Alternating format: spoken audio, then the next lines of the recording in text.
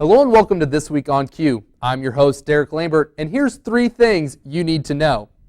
Facebook is facing a class action lawsuit filed in the California federal court. The lawsuit claims the social media site gives advertisers the option to exclude racial groups from their target audience. This after a news organization, ProPublica, published an article in which created an ad targeting people interested in house hunting. The news group claims it was able to use Facebook's advertising tools to exclude certain ethnic groups from viewing the ad. As a result, Facebook is now accused of violating federal fair housing and civil rights laws. Facebook says the lawsuit is completely without merit and its policies prohibit using its multicultural target marketing to discriminate. Well, you can vote from almost anywhere via absentee ballot, even outer space. NASA says astronaut Shane Kimbrough recently filed his ballot for the presidential election on board the International Space Station. So how does an astronaut vote when they know they'll be orbiting the Earth on Election Day? About a year before launch, astronauts select which elections they wish to participate in. 6 months later, they receive an application for an absentee ballot. A paralyzed former state trooper is feeling especially happy today after proposing to his girlfriend at MetLife Stadium in New Jersey. It happened Sunday during the Giants-Eagles football game. Brian Malast was paralyzed from the neck down in a car accident on the job in 2005. So a fellow trooper helped out Malast to pull off the surprise by presenting the ring to Malast's girlfriend, and she said yes. Then, as if the day couldn't get any better, the Giants beat the Eagles 28-23. Now, let's start the show.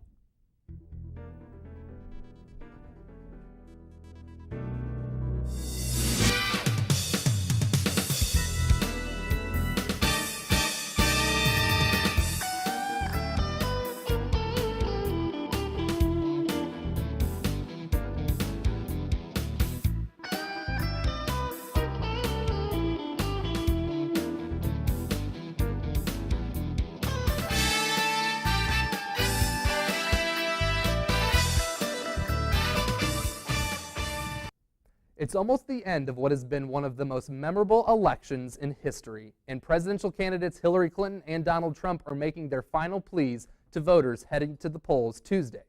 Andy Ross has more.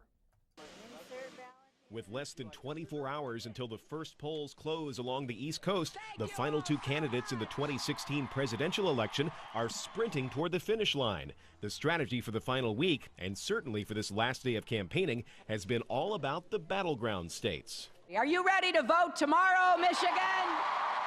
Oh, you got to get out and vote. Let's swamp them. Pennsylvania, let's swamp them.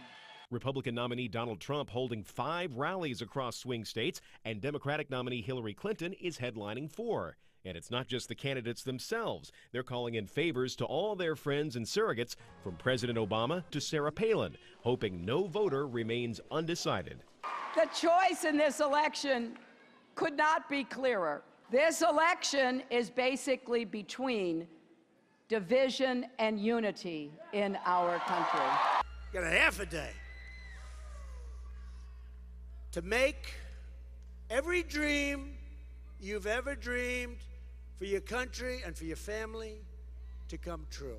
And for their last day on the trail after more than a year of campaigning, Clinton and Trump are wrapping things up with late-night rallies. Lady Gaga, John Bon Jovi, and former President Bill Clinton all on hand for a midnight rally for Hillary in Raleigh, North Carolina. And at 11 p.m. Eastern Time, Trump's running mate Mike Pence will be on stage with him in Grand Rapids, Michigan. By Wednesday, it will have all been worth it for one of them.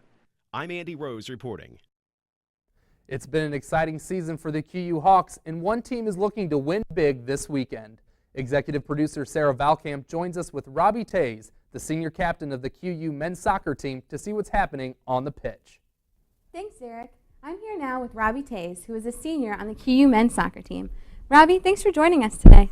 You're welcome. First of all, how does it feel to be a senior this year? It feels almost surreal that I'm already going to be leaving next year. I can remember when I first stepped on the field 5 years ago, and it just seems like yesterday, just joining the team, and now just leaving as a senior, following senior night, and our past run just to the GLVC tournament, and now going into the NCAA tournament. It's kind of surreal to me. Speaking of the NCAA tournament, I heard that You had the selection this past Monday. How did you feel about that? Oh, we were very excited. Very excited to take a step forward, and that's one of our goals, was to make it into the tournament this year. And with the way this team's set up and how we've been working towards this end part of the season, I feel like we can really make a strong run into it. That's good. I hope you do. Now, what do you foresee happening in the tournament? The tournament, anything can happen once you get in there in the postseason. Everyone's playing. It could be your last game, any game. And really, it just comes down to who wants it more with more heart. And honestly, if you have the fight in you, you can make it all the way. I'm sure you will. This is something we're rooting for. Now, switching from soccer to you, what are your plans for the future after you graduate? After I graduate here from Quincy University, I'm going to go on to physical therapy school. I'm a pre-PT major here in exercise science, and I'm hoping to get my doctorate in physical therapy. Going from school to more school. Yeah. I get it. Well, thank you for joining us today. We hope that the Hawks win big this weekend. Thank you, and back to you, Derek. We'll be right back with a look at the lighter side of this year's election season. Stay with us. QUTV is more than a news outlet. 1 in 5 undergrads work at least 35 hours a week, year-round. Students involved with QUTV learn life lessons, create lasting memories, and gain the experience needed to succeed in future careers. Students need to be involved with QUTV as a viewer or as a participant because we need to know what's going on around our campus. Knowledge is powerful, and QUTV News serves to inform not only the students, but the Quincy University community as a reliable and powerful news network. It's been a mean and divisive presidential campaign, but Saturday Night Live has made it a little easier to take. Gene Moose reports. Like the real Clinton and Trump. I think it's her sniffs. They have sniffled and shimmied. They have lurked and stalked. Number 2. Through this endless campaign. Women can't be charged more than men. By the next SNL. And number 4. One of these two will have won the presidency. Secretary Clinton, what do you think about that? I think I'm going to be president. The last SNL before the election had Aaron Burnett asking the questions. Mr. Trump, everyone can see your tweets. Really? And I'm still in this thing? But comedy could barely keep up with reality. The FBI is not trying to help me. The FBI doesn't like me. I mean, what even is the FBI? Hey, I'm gonna go grab some coffee. You want something? No, I'm good. Thanks, sweetie. Okay. The very next day, the FBI director gave Hillary's emails the all clear. The real candidates made appearances. Donald Trump? Isn't he the one that's like, you're all losers? One SNL skit actually predicted a meeting between the Donald and Mexico's president 10 months before it happened. Donald! Enrique! I brought you the check for the wall. Oh, that's so wonderful. Not since Tina Fey have comedians been so identified with the candidates they impersonate. He's either not that rich, wrong, not that charitable, wrong, or he's never paid taxes in his life. Warmer. Hillary liked it. I thought I was going to fall off my chair. The Donald didn't. He's portraying somebody who's very mean and nasty, and I'm not mean and nasty. Alec Baldwin and Kate McKinnon even came out of character to complain about the campaign. Don't you guys feel gross all the time about this? And then off they went together, hugging each other's supporters. Just don't expect the real Donald to carry the real Hillary around on his back after we finally get this election off our backs. Ginny Moose, CNN, New York. With the presidential election finally being here, what better way to turn off your brain than with the latest internet craze, the Mannequin Challenge. Jeremy Roth has more. These kids today with their planking and dabbing and now, apparently, their mannequin challenges. Yep, it seems the latest internet craze has people freezing where they stand for an extended period of time, mannequin style. It's ridiculous, but I'll allow it, seeing as how this is election week and I just can't anymore. One Twitter user's high school captured the fad in particularly impressive fashion with a frozen group pose that extends across virtually the entire campus. Celebs are getting in on the action, or inaction as it were. Comedian Kevin Hart and his workout squad busted no moves during a gym workout, and even the Pittsburgh Steelers froze it up in their locker room. How can doing nothing look so exhausting? Fine, we'll do an election-related thing. A Minneapolis dog spa is getting political by seeing if the candidates pass the smell test as doggy-do bags. The business is selling red and blue poop bags adorned with Trump and Clinton's images and cleverly titled either Republican or Democrat. It's all part of their smear campaign. Ugh. And even if it isn't the dirtiest politics we see on display this week, I'll bet it will easily be number 2. For Take a Look at This, I'm Jeremy Roth. Coming up next, where in the queue am I this week? Find out after this short commercial break.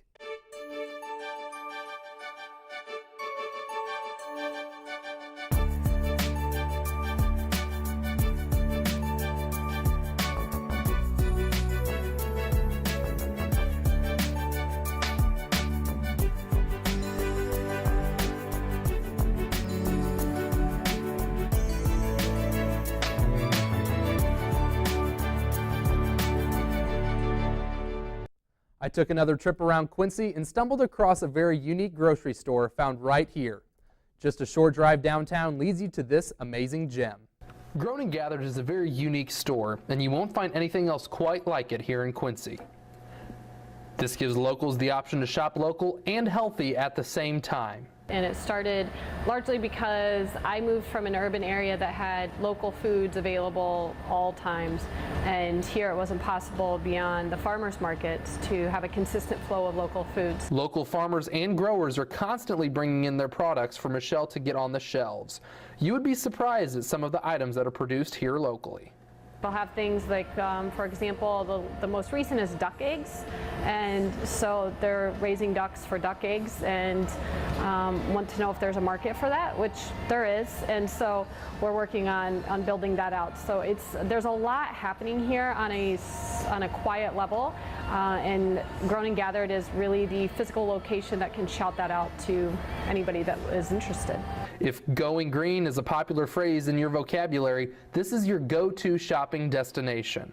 Yeah, we have refillable wines, we have refillable olive oils, refillable balsamic vinegars, refillable spice jars, tea tins. We love to reuse. Not only can you shop for items to make at home yourself, but there are made-ready items as well. And if you like smoothies, you definitely need to make a pit stop at Grown and Gathered. One of our favorites and what we're known for far and wide is the Chunky Monkey, and that's bananas, chocolate chips, and peanuts. We mix that with ice. There's no dairy in it, and we only put dairy in like with the kefir ones, but it's clearly marked. But otherwise, our base is actually ice. We have organic coffee, fair trade coffee, locally roasted here in Quincy as well. So that coffee shop will be open, but until then, we're serving it here out of Grown and Gathered. There are always new things on the shelves at Grown and Gathered, so if you want to shop healthy, shop green, and live like a local, this is the next destination for you. For Where in the Queue, I'm Derek Lambert.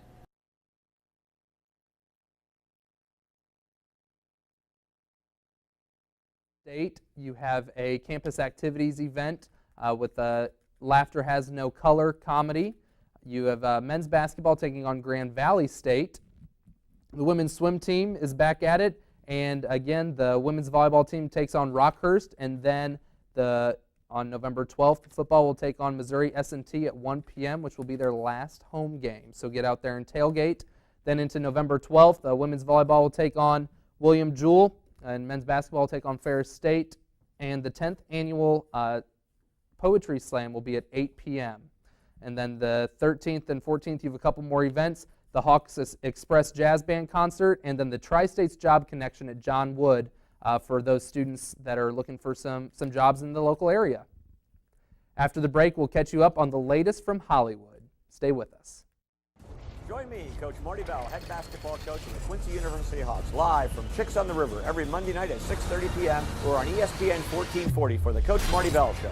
Hear from our coaches and players as Ben and I recap the previous games and preview our upcoming opponents. Grab your friends and family and come out to Chicks on the River for a great meal and meet the Hawks. QU men's basketball, Chicks on the River, and ESPN 1440, a winning combination. And as always, it truly is. Hollywood is a form of escapism, and who doesn't need that right now? Here's the latest from Tinseltown with David Daniel. There's no end in sight for The Simpsons. Fox has renewed the animated series for its 29th and 30th seasons, at the end of which it'll have made 669 episodes, topping Gunsmoke's record for the most episodes of any scripted TV show. I now pronounce you husband and wife. Loving makes its mark. The acclaimed film about the couple whose case led to the U.S. Supreme Court overturning bans on interracial marriage earned an estimated $169,000 over the weekend, playing in just 4 theaters, easily topping the indie box office. Reviews are excellent, and a rep for Focus Features says the studio is thinking Oscar season as it plans a wider rollout for Loving. You have all the answers, don't you? No, which is why I wish I had a mother who would notice. The Edge of 17 doesn't open until November 18th, but star Haley Steinfeld is already getting high praise from an impressive source. Oscar winner James L. Brooks, a producer on 17, tells Deadline the movie wouldn't have been made if they hadn't found Steinfeld for the part. Brooks compared her to a legend. Quote, "It was like as good as it gets. There was only one person who could play that part, and that was Jack Nicholson." Sell crazy someplace else. We're all stocked up here. In Hollywood, I'm David Daniel. That's it for this week's show. Thank you for joining us for This Week on Q. We'll be back next week for the latest from QU and national news.